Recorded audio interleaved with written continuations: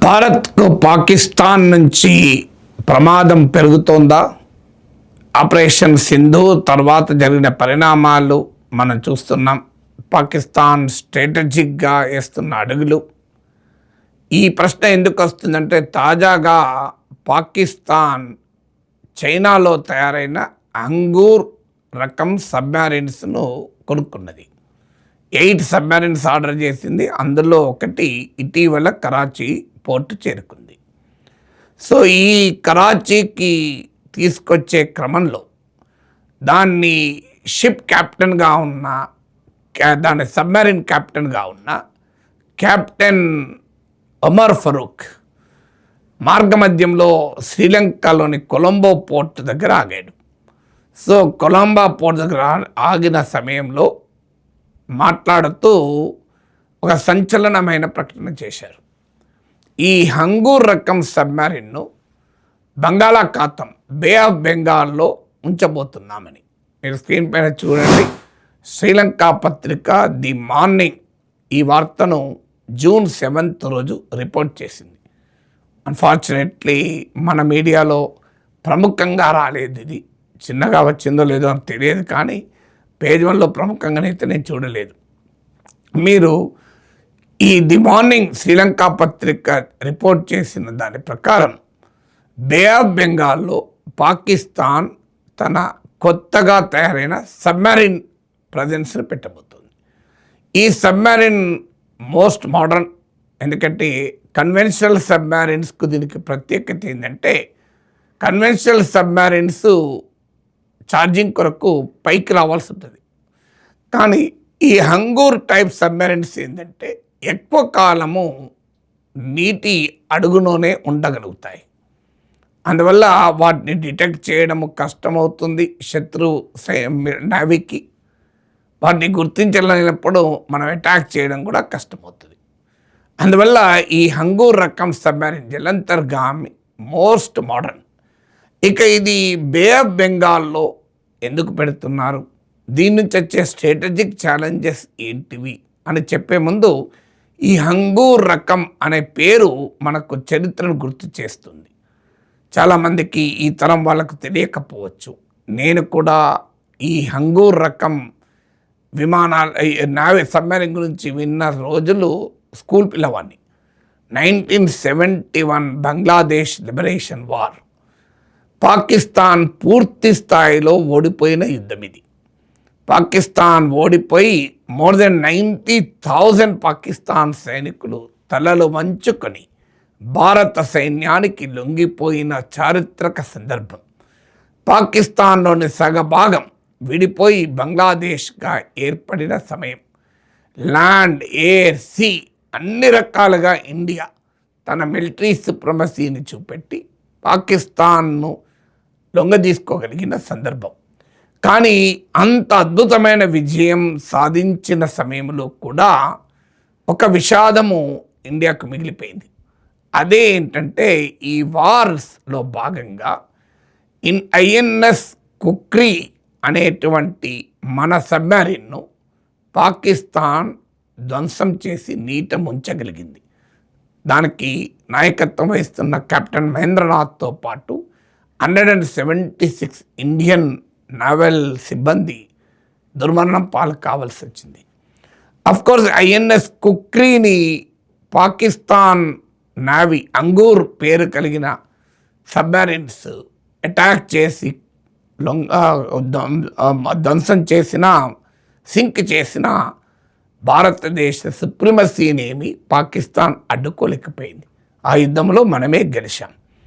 ఇప్పుడు PNS Angoor type సబ్మెరైన్ను మళ్ళీ పాకిస్తాన్ చైనాలో తయారైన వాటిని కొనడమే కాకుండా వాటిని బే ఆఫ్ బెంగాల్లో పెడుతోంది, మోహరింపజేస్తోంది. ఇది మనకు చాలా సింబాలిక్గానే కాదు, స్ట్రాటజిక్గా కూడా ఛాలెంజ్.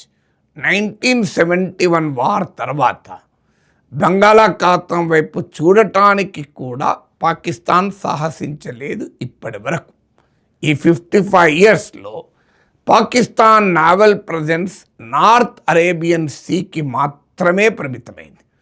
ఇటీవల ఆపరేషన్ సింధూర్ సమయంలో మన నావీ కరాచీని చుట్టుముట్టిన వార్తలు కూడా మనం చూసాం. సో అరేబియన్ సీ దాటి, అందులో నార్త్ అరేబియన్ సీ దాటి పాకిస్తాన్ నేవీ ముందుకు రాలే. అందులో బే ఆఫ్ బెంగాల్లో ఇండియా నేవీ ఆధిపత్యము చాలా స్పష్టం. మన నావల్ ఈస్టర్న్ కమాండ్ విశాఖపట్నంలో ఉంది. మన న్యూక్లియర్ పవర్ సబ్మెరీన్స్ ఈ బంగాళాఖాతం బే ఆఫ్ బెంగాల్ వాటర్స్లో ఉంది. మన దేశానికి చెందిన 2 ఎయిర్క్రాఫ్ట్ ఫైటర్ క్యారియర్స్ కూడా బే ఆఫ్ బెంగాల్లో మోహరించి ఉన్నాం. అందువల్ల బే ఆఫ్ బెంగాల్లో బోత్ మిలిటరీ అండ్ సివిలియన్ ఆధిపత్యం భారత్కే ఉంది. ఇక్కడ పాకిస్తాన్ నేవీ ప్రజెన్స్ కూడా ఈ 55 ఇయర్స్లో లేదు. ఇక్కడ తీర ప్రాంత దేశాలు కూడా అంటే మీకు ఈ బే ఆఫ్ బెంగాల్ వాటర్స్కు తీర ప్రాంత దేశాల్లో కూడా పాకిస్తాన్ లేదు. India, Bangladesh, Myanmar, Sri Lanka, Thailand, Malaysia, ఇండోనేషియాలు ఉంటాయి. సో ఈ దేశాలతో ట్రేడ్ రిలేషన్స్ కూడా మనకు కీలకం. ఇది మన అండమాన్ నికోబార్ దీవుల నుంచి కూడా నావల్ ప్రజెన్స్ ఉంది. సో ఇండియాకు చాలా స్ట్రాటజిక్ అడ్వాంటేజ్ ఉన్న ప్రాంతంలోకి ఇవాళ పాకిస్తాన్ ఆధునికమైన సబ్మెరీన్ను దించుతోంది. ఎందుకంటే ఈ బే ఆఫ్ బెంగాల్లో మరి పాకిస్తాన్ ఎలా దించుతుంది అని మీకు అనుమానం రావచ్చు. కానీ ఇంటర్నేషనల్ లా ప్రకారం 12 నాటికల్ మైల్స్ అంటే తీర ప్రాంతం నుంచి 12 నాటికల్ మైల్స్ వరకు టెరిటోరియల్ వాటర్స్ అంటారు. అంటే ఆ దేశానికి సంబంధించిన జలాలు అవుతాయి. తర్వాత ఐ థింక్ 200 నాటికల్ మైల్స్ వరకు ఉంటాను. అక్కడ వరకు ఎక్స్క్లూజివ్ ఎకనామిక్ జోన్ ఉంటుంది. ఆ తర్వాత వాటర్స్ను ఇంటర్నేషనల్ వాటర్స్గానే పరిగణిస్తారు. ఆ ఇంటర్నేషనల్ వాటర్స్లోకే పాకిస్తాన్ అంగూర్ సబ్మెరీన్ వస్తుంది. డెఫినెట్గా ఇండియన్ టెరిటోరియల్ వాటర్స్కి ఏం రావడం లేదు, మన ఎక్స్క్లూజివ్ ఎకనామిక్ జోన్లోకి ఎంటర్ కావడం లేదు. కానీ very presence of Pak submarines in a Bay of Bengal first time after 55 years 1971 war తర్వాత రావడం అనేది ఇండియాకు ఒక పెద్ద స్ట్రాటజిక్ సిగ్నల్. అది ఇవి కూడా ఎప్పుడు వస్తున్నాయి? ఇటీవల పరిణామాలకు కూడా మనం గుర్తు తెచ్చుకోవాలి. ఒకటి, ఆపరేషన్ సింధూర్లో మన చేతిలో పాకిస్తాన్ ఓడిపోయింది. కానీ తన దేశ ప్రజలకు, ప్రపంచానికి తామే గెలిచామని నమ్మించే ప్రయత్నం చేస్తోంది. ట్రంప్ లాంటి వారి వ్యాఖ్యల వల్ల పాకిస్తాన్ దుస్సాహసం చేస్తుంది ఇప్పటికీ కూడా. దాంతోపాటు బంగ్లాదేశ్లో భారత్ అనుకూల షేక్ హసీనా ప్రభుత్వ పతనం తర్వాత పాకిస్తాన్, బంగ్లాదేశ్ల మధ్య సంబంధాలు గణనీయంగా పెరిగాయి. అన్ని రకాల సంబంధాలు, మిలిటరీ, ట్రేడ్, కల్చరల్ రిలేషన్స్ పెరిగాయి. బంగ్లాదేశ్ నావల్ చీఫ్ పాకిస్తాన్ పర్యటించి అసీం మునీర్తో సమావేశమయ్యారు. పాకిస్తాన్ నావీ బంగ్లాదేశ్ పోర్ట్లోకి ఫస్ట్ టైం రాగలిగాయి. అసలు ఉర్దూ ఆధిపత్యానికి వ్యతిరేకంగా బెంగాలీ జాతీయవాదంతో బంగ్లాదేశ్ ఏర్పడితే ఢాకా యూనివర్సిటీలో ఉర్దూ షాయిరీలు మొదలయ్యాయి. ఆగస్టు డిసెంబర్ 2024 మధ్య కాలంలో పాకిస్తాన్ బంగ్లాదేశ్ ట్రేడ్ 27% పెరిగింది. ఆ తర్వాత ఎవ్రీ ఇయర్ 20% పెరుగుతోంది. పాకిస్తాన్కు నాయకుడిగా మహమ్మద్ యూనస్ ఉన్నప్పుడైతే బంగ్లాదేశ్ నాయకుడిగా మహమ్మద్ యూనస్ ఉన్న సమయంలో 2 సార్లు పాకిస్తాన్ పర్యటించాడు. అఫ్కోర్స్ తారిక్ రెహమాన్ వచ్చాక కాస్త బంగ్లాదేశ్ ఇండియా రిలేషన్స్ కాస్త ఇంప్రూవ్ అయిన మాట నిజం. కానీ స్టిల్ పాకిస్తాన్ బంగ్లాదేశ్ల మధ్య 1971 వార్ తర్వాత ఈ స్థాయిలో రిలేషన్స్ ఇంప్రూవ్ అయింది ఇదే మొదటిసారి. 2 దేశాల మధ్య ఈవెన్ ఢాకా, కరాచీల మధ్య డైరెక్ట్ విమాన ప్రయాణాలు కూడా మొదలయ్యాయి.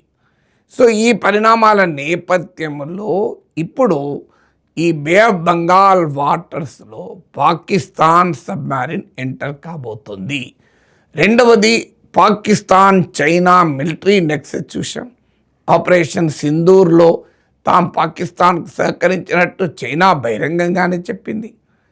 చైనా కంప్లైంట్ ఏంటంటే భారతదేశం అమెరికా నాయకత్వంలోని చైనా వ్యతిరేక కూటమిలో ఉంది అన్నది చైనా కంప్లైంట్. దానికి అమెరికా నుంచి మనకు కొత్తగా అందింది ఏమీ లేదు, కానీ చైనా దానికి మనపైన గుర్రుగా ఉంటుంది.